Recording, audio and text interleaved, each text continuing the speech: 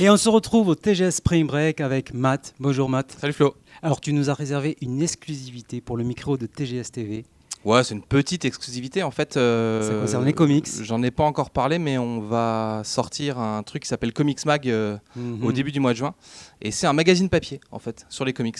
Parce qu'il n'y en a jamais eu des magazines papier sur les comics.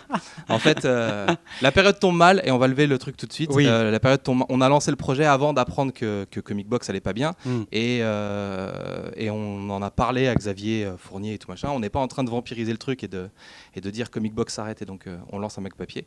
On a fait les choses proprement et si on avait appris que CB s'arrêtait, on lançait pas le mag directement à ce moment-là. Mais voilà, le truc était lancé. D'autant plus que c'est pas un concurrent direct, puisque c'est pas la même chose, puisque ça n'a même rien à voir. Et oui, c'est un mag gratuit. Alors l'idée pour nous c'est toujours de faire des trucs pour les néophytes et pour amener les gens aux comics, et donc c'est un mag gratuit qui s'appuie sur les événements ciné, séries télé et tout, et l'idée c'est d'aller chercher les gens qui ont découvert les personnages uniquement par les adaptations, jeux vidéo, séries télé, films, de les emmener aux comics BD, de les aider à choisir leur premier comics, leur première BD, à lire des comics. Et si en plus ils peuvent le faire chez un libraire local dans leur ville avec des gens physiques qui existent et qui s'appellent pas .com, pour nous c'est de gagner 2 fois en fait. D'accord, donc ça sera disponible dans toutes les librairies. Ce sera disponible dans un... Alors on fait une double sortie. En fait, j'ai monté beaucoup de projets qui n'ont jamais vu le jour. Des projets écrits dans les tiroirs, j'en ai plein. Et on s'est dit faire un numéro 0, ça coûte pas grand chose et on avait l'argent pour faire ça. Donc on fait un numéro 0 pour qu'il existe. Donc le truc sera distribué uniquement au Mans pour l'instant à partir du mois de juin. Il y en aura dans le multiplex Pathé au Mans et à l'Intrépide, qui est le comic shop du Mans. Et puis on en a réservé 400 numéros qu'on peut envoyer aux artistes, aux shops et aux gros fans que ça intéresse et qui ont envie de découvrir le truc. Tout à fait. De toute façon, ce sera disponible aussi en PDF pour qu'on puisse le regarder. Et l'idée, c'est d'avoir un numéro 0 pour montrer un peu ce qu'on a envie de faire avec le magazine. Et puis de voir, en fait, d'estimer quel est le nombre de gens que ça va intéresser pour savoir si, pour le numéro 1, on en imprime plutôt 5000, plutôt 10 000, plutôt 100 000. Ouais, je comprends. Alors, tu as apporté ton bébé avec toi, oui, tu peux nous le montrer. J'ai un numéro 0, alors je ne sais pas comment le mettre dans le cadre. Va le feuilleter tout à l'heure ensemble, je vous mets les images en même temps. Voilà, Comics Mag, donc un mag prévu pour les néophytes en comics. Voilà, qui vous permet donc de découvrir un personnage. Par exemple, là, le numéro 0, c'est sur Wonder Woman. En fait, on le sort au mois de juin, donc on s'est dit, on va l'associer à Wonder Woman. Donc on fait un papier de 2 pages qui explique l'histoire édito de Wonder Woman, un papier d'1 page sur les adaptations de Wonder Woman.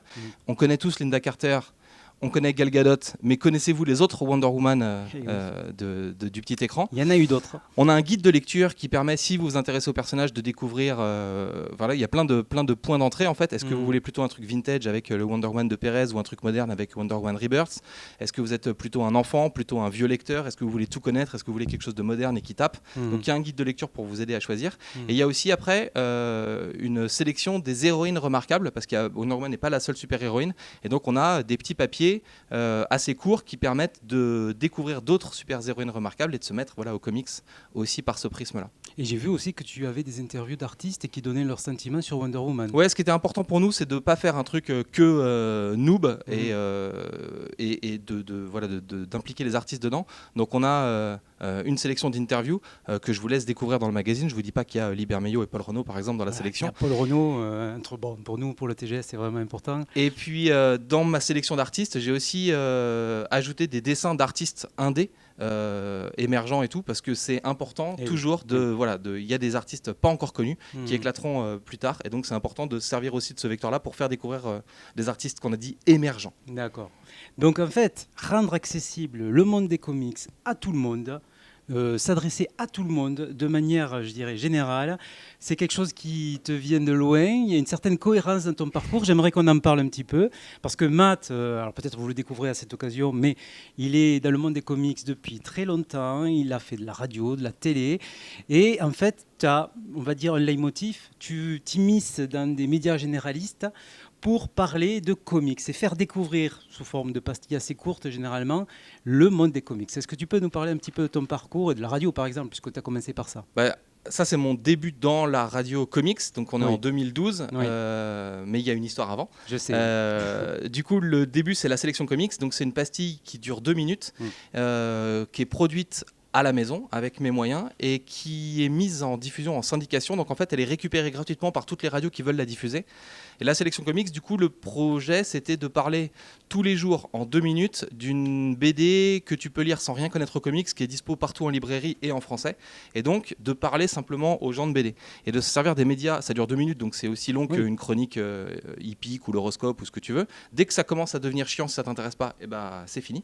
Et puis si ça t'intéressait, je t'ai parlé de BD et tu as peut-être un truc que tu pourrais avoir. Et tu as même fait un format un peu plus court, de 60 secondes, pour des médias encore plus généralistes et des grosses radios. C'est ça. Alors 120 secondes, c'était le produit qui était pris en associatif et sur les radios associatives et qui était diffusé en podcast. Et ensuite, on a été contacté par Voltage, Vibration et des radios comme ça qui voulaient un produit encore plus court, donc sur des grosses radios un peu plus privées, commerciales, tout ça. On avait un format de 60 secondes et ça permet peut-être de toucher 1 300 000 auditeurs. Voilà, et donc on de parler de millions tous les jours à 1 300 000 auditeurs. C'est énorme, c'est énorme. Tu as fait ça pendant combien de temps? Il y a 2 ans, 1 an et demi, 350 épisodes, pile. Et puis après, tu as fait de la télé? Pendant ce temps-là, j'ai fait de la télé parce que faire de la radio, avoir un peu d'audience, ça permet de faire plein de choses. Je suis allé faire une chronique spécifique pour France Bleu Maine, puisque je suis au Mans, donc on bosse avec les médias locaux. Et puis Bocal, la télé de la Bocal. Et puis faire de la télé, sur le Bocal local, donc sur Le Mans TV. Et donc tous les mardis soirs, avoir une pastille pour présenter un peu l'actu des comics dans la télé des Sartois. Ce qui a permis, je pense, à beaucoup de monde de découvrir des titres ND parfois, puisque tu présentes effectivement donc des comics des mainstream, mais aussi de l'ND. En fait, la chronique est arrivée au bon moment parce qu'il y avait un point d'entrée chez Marvel, il y avait l'arrivée d'Urban en France avec les New 52 et il y avait du coup beaucoup aussi d'indés avec le renouvellement de Glénat, avec Achilleos, avec beaucoup d'éditeurs. Donc ça permettait d'avoir beaucoup de choses pour présenter des comics et des points d'entrée à des gens qui lisent peu de comics ou peu de BD. Et tu t'es pas arrêté là. Tu as investi YouTube, tu as fait des vidéos sur YouTube et ensuite tu as créé un collectif, lescomics.fr, qui regroupe un certain nombre de vidéastes. C'est allé encore plus loin, vous avez créé récemment un site internet où vous avez pris des rédacteurs avec vous pour faire des reviews écrites. Est-ce que tu peux nous en parler un petit peu de l'aventure lescomics.fr rapidement? En fait, je faisais des podcasts audio, il y avait beaucoup de YouTube en fait qui parlaient de comics et j'étais pas content de ce que je voyais sur YouTube. Et en particulier, je trouvais que les gens qui faisaient des choses que je jugeais relativement médiocres étaient ceux qui avaient le plus de vues et ça m'agaçait un peu. D'accord. Et donc j'ai décidé de monter un collectif qui permettait simplement à des youtubeurs que j'estimais de travailler ensemble. Ils gardent leur chaîne, leur liberté édito, il n'y a aucune intervention de ce point de vue-là. Le seul truc, c'est qu'ils sont réunis sous une bannière donc, qui s'appelle lescomics.fr et que je demande aux gars de ne pas publier de vidéo le même jour pour ne pas se faire de concurrence et à la fin de chaque vidéo, de faire de la pub à d'autres membres du collectif qu'ils ont choisi. Et en fait, du coup, le type qui a 9000 abonnés fait de la pub à celui qui a 250 abonnés et il y a une vraie synergie de groupe, un effet de bande et tout. Et ça nous permet aussi d'avoir de la légitimité pour être présent sur des salons, de faire des conférences dans les salons, de faire des vidéos collectives un peu marrantes. Et puis simplement, quand tu fais du podcast ou du YouTube, à un moment, tu es quand même tout seul dans ta chambre à produire du contenu. Et ça nous permet juste même si on n'est pas physiquement ensemble, de travailler ensemble, de se marrer, il y a un vrai esprit de bande en fait dans lescomics.fr et c'est ça la vraie réussite du truc. C'est vrai que vous avez une qualité, alors c'est vrai que tu les as bien choisis, il faut le dire, ils sont tous bons. Bon, je ne vais pas les énumérer, ils sont très nombreux, mais vous avez lancé un tout nouveau récent format, un podcast. On revient un petit peu à la radio là, d'une certaine manière. Vous allez vous lancer dans le podcast aussi, lescomics.fr? En fait, oui, le but d'avoir... quand le collectif s'est monté, on a très vite fait héberger nos vidéos sur Comics Blog, ce qui était super pour nous parce que lancer un collectif et être hébergé sur le premier site de comics de France, c'était une vraie réussite. Et puis, on a appris que le site allait pas bien. Il y a eu différentes annonces qui ont été faites de leur côté et donc on a décidé de refaire un vrai site à nous pour héberger nos contenus. Et en fait, de fil en aiguille, sur un vrai site à nous, on n'est plus limité uniquement à la plateforme vidéo. On peut avoir des reviews écrites, ce que tu disais. Donc on essaie d'avoir encore une fois un format assez court et accessible, ce qui permet de... On n'est pas des gens qui vont... On peut dire si on aime bien ou si on n'aime pas, mais rentrer dans le détail et dans l'analyse sémantique de la narration et tout, il y a d'autres sites qui font ça beaucoup mieux que nous. Donc, voilà. Et puis, c'est pas le but. Ça nous donne... Non, puisqu'on parle au grand public, on essaie de faire en sorte que les gens ouvrent leurs premiers comics. C'est ça, c'est toujours ça. C'est qui te motive, c'est ça. Bien sûr, partager ta passion au plus grand nombre, au public qui découvre ça. Et donc on arrive au mag papier. Au podcast, du coup, puisqu'on n'en a pas parlé. Oui, donc, oui, on lance un format, un premier format de podcast. Il y a d'autres formats on en manque de temps en fait, mais on a plein d'idées. On pourrait revoir un format court type la sélection comics par exemple.